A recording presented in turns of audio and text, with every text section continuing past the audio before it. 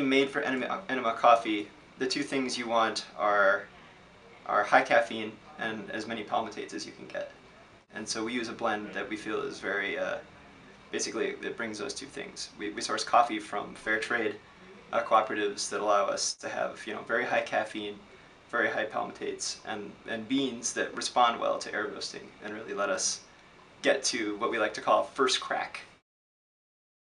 It's a brewing term or a roasting term, but essentially it's right as the coffee starts to change is when we stop. And so, you know, when you first look at a coffee bean, it's green and it looks a lot different than you know, coffee that you'd normally have at home. And so that first crack is when the chemical processes just start happening.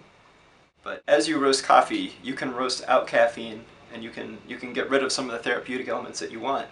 Conversely, if you don't roast it enough, when you're actually brewing the coffee, it's hard to extract the things that you want from the beans. Basically, if you don't open it up, if you don't open the pores, hot water won't extract the good stuff from it. Right, because it's as hard as a rock, right? I mean, it's very... Quite. And what about if you grind that bean and that bean is green and you pour hot water on it? It doesn't make a difference. It doesn't make a difference? Mm-hmm.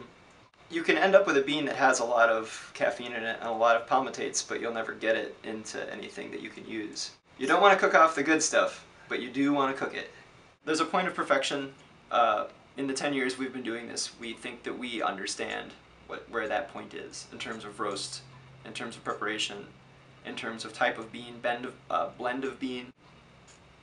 Temperature used. Temperature used to roast, equipment used to roast.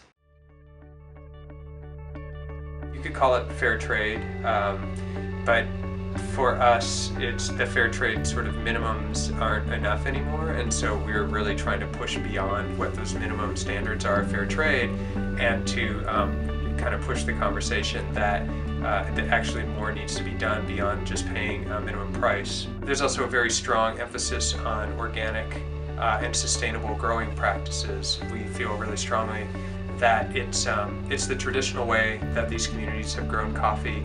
It's also better for their environment and better for, you know, all of the life around them, and it's better for the people who use our coffee. People realize that every time they buy something, they're really making a political decision, and you know, you can ignore that, and that's a political decision too. But somebody is making everything that we consume every day, and our decisions have a very real impact on their lives, even when we can't see them. If we live in this globalized market, in a globalized society, we think that we should have a part in building one that's responsible, and where people are sort of the, not only the force behind it, but also the reason for it, and that everybody's treated with respect. So that's Just Coffee. We're really excited to be working on this project and to be helping people get this incredibly healthy and therapeutic resource into their hands from people who really care about the product all the way through the chain.